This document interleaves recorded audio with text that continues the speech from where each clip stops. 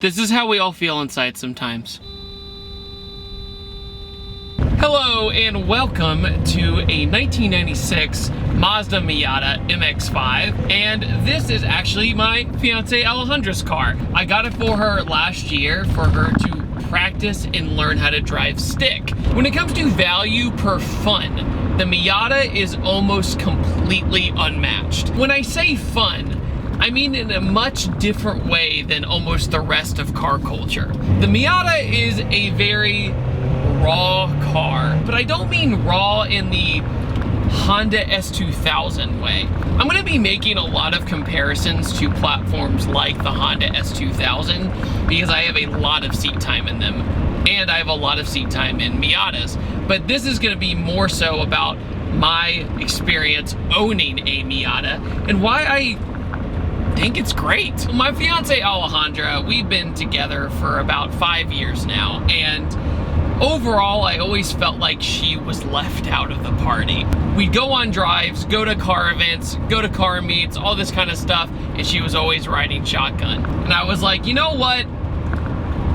She's left out. What would be the perfect car for her to understand how to drive manual, how to have fun driving manual? Is it exciting when you're driving around? And also, could you progress with the platform? Is the platform able to be modified in the future? And it's no secret that the Miata is a great platform for pretty much every motorsport. You can drift them, you can circuit race them. If you engine swap them, you can make it a drag car. There's every possibility imaginable with this chassis. The Miata, with the 50-50 weight distribution, it just feels good to drive. I can't describe it. But here's a thing a lot of Miata owners won't say. The Miata is not a car that a lot of people will understand until they drive one. And by drive one, I mean drive one. Because when you're tooting it around town, driving around, you're like, okay, it's a nice little car, you know, nice little roadster, but I don't get it. It's really slow. Like, why would you be super into this if it's that slow? And especially that this is the 1.8 liter engine. The 1.6 liter engine is like driving a boat anchor. Like, you're going absolutely nowhere, but it makes you floor it pretty much the whole time, all the time. Very much same philosophy as like the FRS, BRZ, GT86 of today. I never realized until owning one how big the flip-ups are. Like, from your perspective, the flip-ups are massive, but you also have the amazing, you know, signature wave of a Miata. But you will not understand the Miata until you drive it in the mountains or in the twisties or on track. There's no way to really understand the appeal of them until you get there. Don't get me wrong, they're comfortable, they're fun, they're simple, but once you get it in the twisties, it is no wonder why they're the most raced car of all time, pretty much, when it comes to budget platforms. A few things as well. I really did try to find a black top and also black interior one, but all of them were trashed if they were the NA Miata with the flip-ups, which Alejandra wanted the flip-ups, so we had to really start looking. Thankfully, we found this one, which has the tan and black interior, and it is mint. And we're probably gonna do a hardtop later. Also, you're gonna notice we did a carbon fiber hood, but that, I promise, we're gonna match it up with everything else. I have a carbon trunk and a carbon wing and all this, or like a ducktail integrated wing. And also I have a kit for it. I have all this stuff, but my paint and body guy is very, very busy because over the past year, people just really crashed their cars. It's weird. Traffic accidents actually went up last year, which is weird. Mostly because people were like, you know what, there's not a lot of people on the road, so I'll just go full send. With this 1.8 liter engine, this is all of it.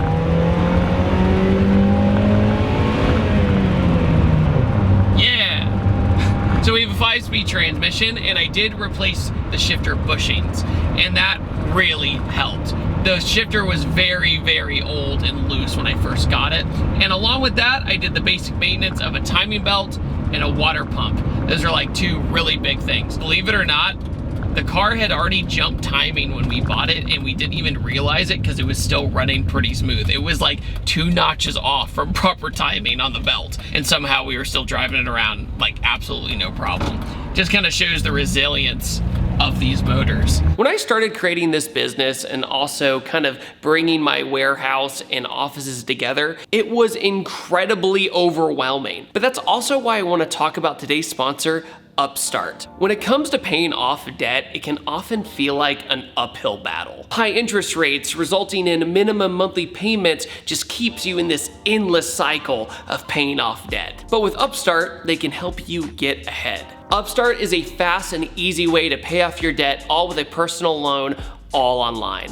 Whether it's paying off credit cards, consolidating high interest debt, or funding personal expenses, over 500,000 people have used Upstart to get a simple, fixed monthly payment. Unlike other lenders, Upstart actually looks at more than just your credit score. They look at other factors like your income and your employment history. And that means they can offer smarter rates with trusted partners. With a 5-minute online rate check, you can see your rate up front for loans between $1,000 to $50,000. And you can receive funds as fast as 1 business day after accepting your loan. Find out how Upstart can lower your monthly payments today when you go to upstart.com/blue. That's upstart.com/blue. Don't forget to use the URL and let them know that I sent you. And go to upstart.com/blue. You actually make a lot of people's day with the Miata. I never thought that you would. I thought it was a pretty normal car to most people, but people love this thing. What's so funny too is when Alejandra's driving behind me and say like my white S550 or something, and say I get ahead of her and then I slow down for her, you just see this screaming face just coming around a corner like, wait for me! There's a really funny Facebook page called like Miatas with threatening auras. It's such a fun, silly community, but it's also full of people who take motorsports seriously. So you have a really fun car community along with a serious one combined, and you don't find that in every platform. Also, way back in the day when I first reviewed the Honda S2000, I said, what a great first car for a beginner. No, absolutely not. After driving the Miata compared to the S2000 a lot, the Miata is such a great first sports car, but not only that, it is so much safer in many ways. The S2000 has a super high limit. Like it'll go and it'll go and it'll go and you're like, wow, this thing handles amazing. But if you go beyond that limit, there's no coming back. There's almost no way to recover it from a spin out or anything like that. The Miata, you have to really mess up. I mean, you have to be awful at driving to spin out a Miata. We got our aux cord and jack, which is to a cassette player for all you kids out there who probably don't know what cassette players are. Also, I have stopped for a U-turn to show you one amazing thing about the MB Miata, and that is how analog it feels. This is the blinker switch. This is a small little detail, but hear me out. Listen to this click.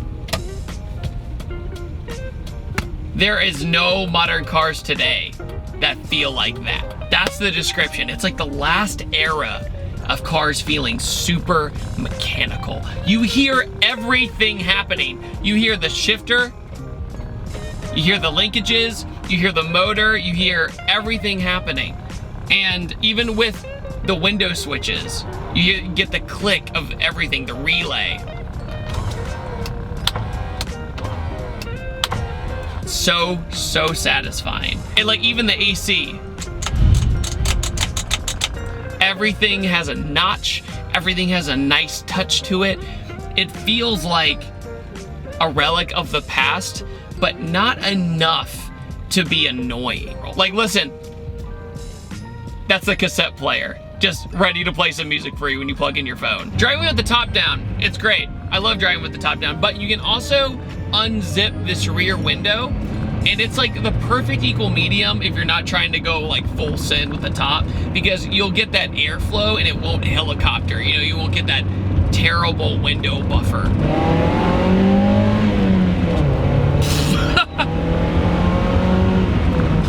Also, this is a no-brainer, but the size of the car is something that is so easy easy to get used to.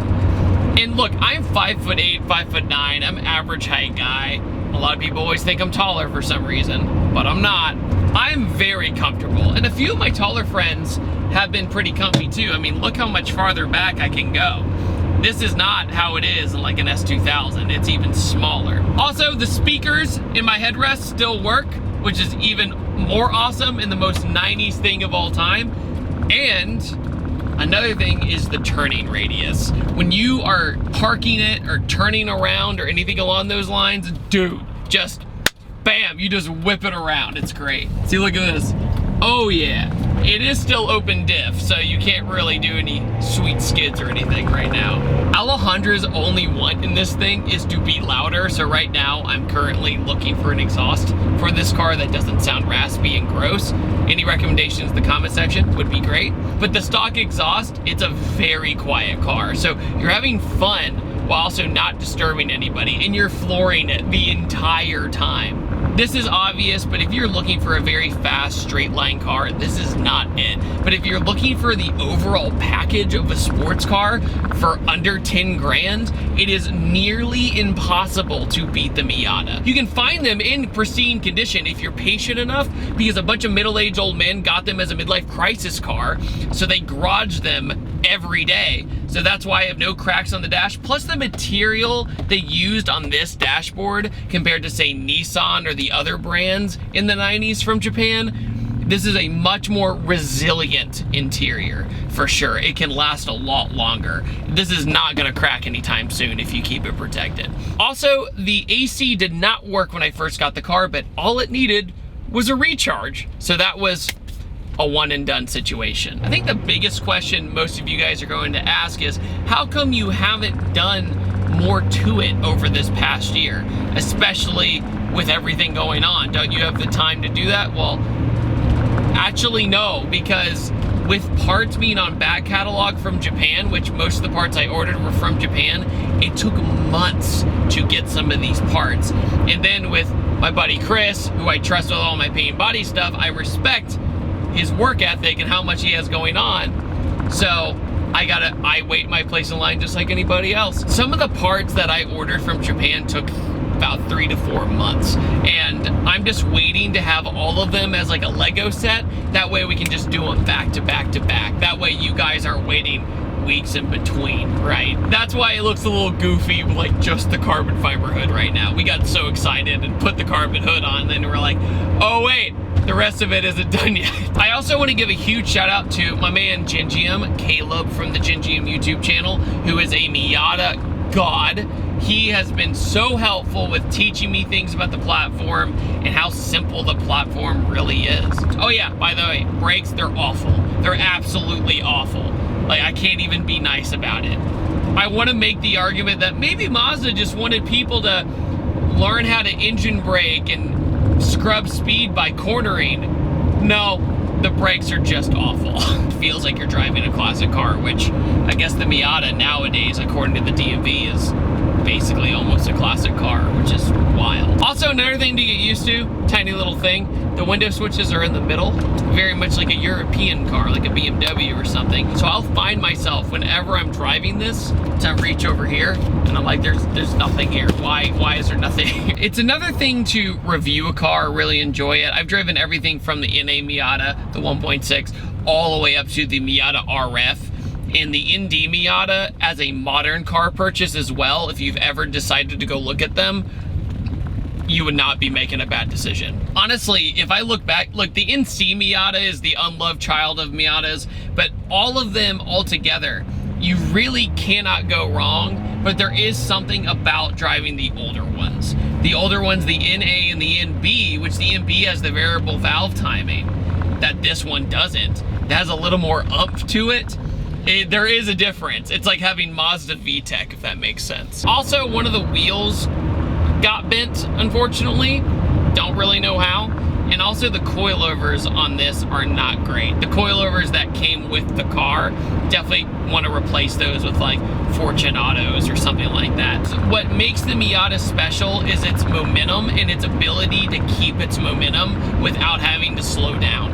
The Miata is a car that rarely has to slow down. when it comes to cornering. After doing the initial maintenance, I have not had to spend any money keeping this thing alive. And for a car from 1996 compared to say like my 240s and the Integra, I have not had to do pretty much anything else just to keep it going.